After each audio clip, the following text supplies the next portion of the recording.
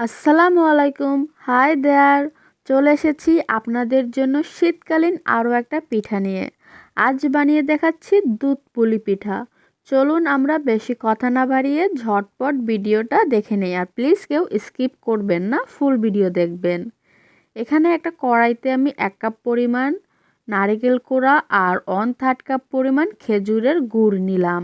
আমি এখানে পুর তৈরি করব দুধ পুলির জন্য।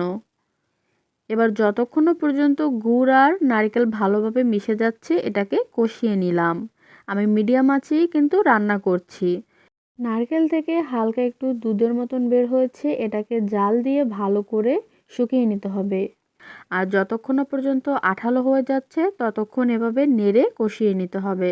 সো ভিউয়ার্স, আমি মিডিয়ামে এটাকে ভালো করে কষিয়ে নিচ্ছি। আপনারা ততক্ষণে আমার চ্যানেলটা সাবস্ক্রাইব করে দিন, পাশে থাকা বেল আইকন হিট করুন যাতে আমার ভিডিওর নোটিফিকেশন সবার আগে আপনাদের কাছে পৌঁছে যায়। ভিউয়ার্স, আমার পুর একদম রেডি। এখন আমি চুলা বন্ধ করে এক সাইডে রেখে দিচ্ছি। এবার একটা পাতিলে আমি দিয়ে দিব 1 কাপ পরিমাণ পানি। এখন দিচ্ছি হালকা একটু লবণ। এবার ঢাকনা দিয়ে পানিটা ফুটে ওঠা পর্যন্ত অপেক্ষা করব। এতে আমি চালের গুঁড়া সেদ্ধ করে নিব। ভিউয়ার্স, পানিটা ফুটে উঠেছে। এখানে আমি 1 কাপের একটু বেশি চালের গুঁড়া নিয়েছি, শুকনো চালের গুঁড়া। এটাকে দিয়ে দিলাম। এখন মাঝখান থেকে একটু ফাঁকা করে দিব, তারপর ঢাকনা দিয়ে 2 মিনিটের মতন এটাকে সিদ্ধ করে নিব। আর আঁচটা মিডিয়াম রাখলেই চলবে। ভিউয়ার্স, 2 মিনিট হয়ে গেছে। এখন ঢাকনা তুলে পানির সাথে ভালো করে চালের গুঁড়োটা আমি মিক্স করে নিব। গুঁড়োটা ভালোভাবেই সিদ্ধ হয়ে গেছে। এখন ভালো করে এটাকে মিক্স করে চুলাটা অফ করে দিতে হবে।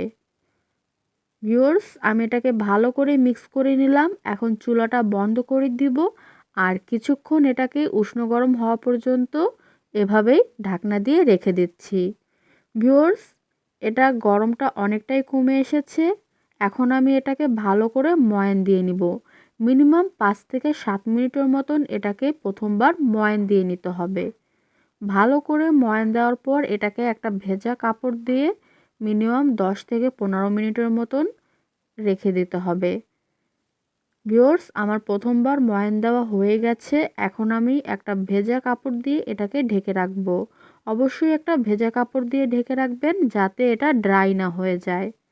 সো আমি একটা সাদা ভেজা কাপড় নিলাম আর এটাকে ঢেকে 10 থেকে 15 মিনিট রেস্টে রেখে দিয়েছিলাম। এবার এটা থেকে আমি লেচি কেটে নিব, তারপর আপনাদেরকে তৈরি করে দেখাবো। আর একটা পিঠা তৈরি করতে করতে বাকি অংশগুলো কিন্তু অবশ্যই ঢেকে রাখবেন, তা না হলে ড্রাই হয়ে যাবে। আমি যে লেচিটুকু কেটে নিয়েছি সেটা থেকে একটা বাটির মতন করে তৈরি করে নিচ্ছি। প্রথমে এভাবে 2 হাত দিয়ে আস্তে আস্তে ঘুরিয়ে একটা বাটির মতন তৈরি করে নিতে হবে। তারপর এই বাটিটার মধ্যে আমরা পুর দিয়ে দিব। অনেক বেশি পুর দেবেন না, তাহলে ফেটে যেতে পারে। মিনিমাম 1 চামচের মতন পুর দিয়ে দিলেই হয়ে যাবে। এখন 2 সাইডটা এভাবে চাপ দিয়ে বন্ধ করে দিতে হবে। আপনারা ভালো করে লক্ষ্য করে দেখলেই এই জিনিসটা ভালো করে শিখে নিতে পারবেন। সো প্লিজ সবাই লক্ষ্য করে দেখতে থাকুন। এখন এটাতে আমরা বেনি কেটে নিব। বেনি কাটার প্রসেসটা হলো প্রথমে 1 আঙুল দিয়ে চাপ দিয়ে সামনের দিকে বাড়িয়ে তারপর আবারও চাপ দিয়ে এটাকে এভাবে মুড়িয়ে মিশিয়ে দিতে হবে। আমার বলার থেকে আপনারা দেখলেই কিন্তু খুব ভালো করে এটা শিখে নিতে পারবেন। সো আপনাদের সুবিধার জন্য আমি আরও একটা এভাবে বেনি করে আপনাদেরকে দেখিয়ে দিব। আর এই পদ্ধতির সাথে আরও একটা পদ্ধতি আপনাদেরকে দেখাবো কিভাবে আপনারা পিঠাটা তৈরি করতে পারেন। সো আমার প্রথম একটা রেডি। এবার এটাকে কাপড় দিয়ে ঢেকে রাখবো যাতে শুকিয়ে ফেটে না যায়। আর আবারও একটু লেচি কেটে নিব। এবারে আমি আর বাটির মতন তৈরি করব না। এখন এই লেচিটাকে আমি গোল করে এটাকে অল্প একটু চালের গুঁড়া দিয়ে বেলে নিব। আপনাদের যে পদ্ধতিটা সুবিধা হয় সেই পদ্ধতি আপনারা ইউজ করতে পারেন। আপনারা চাইলে বাটির মতো করেও বানিয়ে নিতে পারেন অথবা আলতো হাতে এভাবে রুটি করেও তৈরি করে নিতে পারেন। এতটাই পুরুত্ব রাখতে হবে, এর থেকে কম বা বেশি করলে কিন্তু ফেটে যেতে পারে।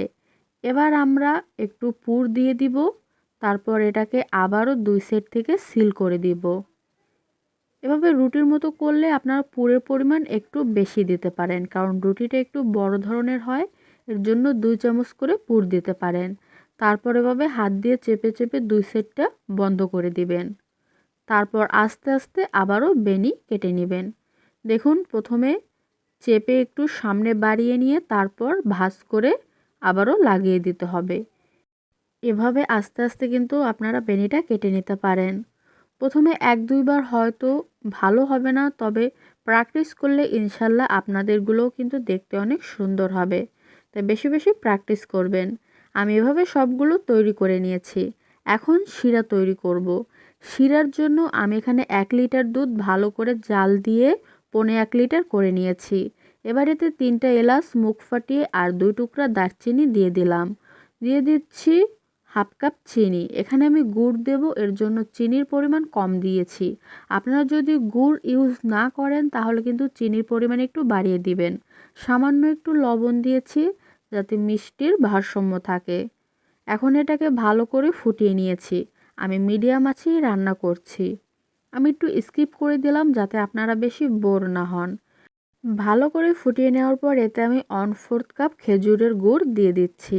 এবার গুড়টা ভালো করে দুধের সাথে মিশিয়ে নিতে হবে। ভিউয়ার্স, গুড়টা গলে গেছে। এখন এতে আমরা পিঠাগুলো দিয়ে দিব। আমি এখানে 8টা পিঠা তৈরি করেছি, 4টা বাটি করে আর 4টা রুটির মতন বানিয়ে তৈরি করে নিয়েছি। এবার আস্তে আস্তে পিঠাগুলো শিরায় দিয়ে দিচ্ছি। এবার মিডিয়াম আঁচে ঢাকনা দিয়ে 5 মিনিট আমি এটাকে সিদ্ধ করে নিব। ভিউয়ার্স, যখন দেখবেন এভাবে ব্লক চলে আসছে তখন ঢাকনাটা একটু হালকা ফাঁকা করে দিবেন, যাতে ব্লক উঠে দুধ উপচে না পড়ে। আর অনেক বেশি নাড়া যাবে না, হালকা একটু নাড়িয়ে দিবেন যাতে পিঠেগুলো ভালোভাবে সিদ্ধ হতে পারে। বেশি নাড়লে কিন্তু আবার ভেঙে যেতে পারে। এর জন্য আস্তে আস্তে এটাকে এভাবে ঢাকনা মাঝে মধ্যে তুলে আবারও লাগিয়ে দিয়ে 5 মিনিট সিদ্ধ করে নিতে হবে। খেয়াল রাখবেন যাতে দুধ উপচে পড়ে না যায়। ভিউয়ার্স, 5 মিনিট হয়ে গেছে। সবশেষে আমি এতে ঘরে বানানো মাওয়া বা খোয়া ক্ষীর দিয়ে দিচ্ছি। আপনাদের পছন্দ হলে দিবেন, তবে এটা না দিলেও কোনো প্রবলেম নেই। আর জাস্ট 1 মিনিট জাল দিয়ে আমি একটু ঝোলটা টানিয়ে নিয়েছি, তারপর চুলাটা বন্ধ করে দিয়েছি। সো ভিউয়ার্স, আমার পিঠাটা একদমই রেডি। আমি খোয়া ক্ষীর দিয়ে একটু ডেকোরেট করে দিলাম। আপনারাও বাসায় তৈরি করুন আর ইয়াম্মি এই সফট পিঠাটা এনজয় করুন। দেখুন কতটা সফট হয়েছে, অল্পতেই কিন্তু কেটে গেল। সো বাসায় অবশ্যই বানিয়ে খেয়ে দেখবেন আর আমাদের কমেন্ট করে জানাবেন। Thank you so much. ইনশাল্লাহ নেক্সট ভিডিওতে দেখা হবে। ভালো লাগলে লাইক শেয়ার করুন। আল্লাহ হাফেজ।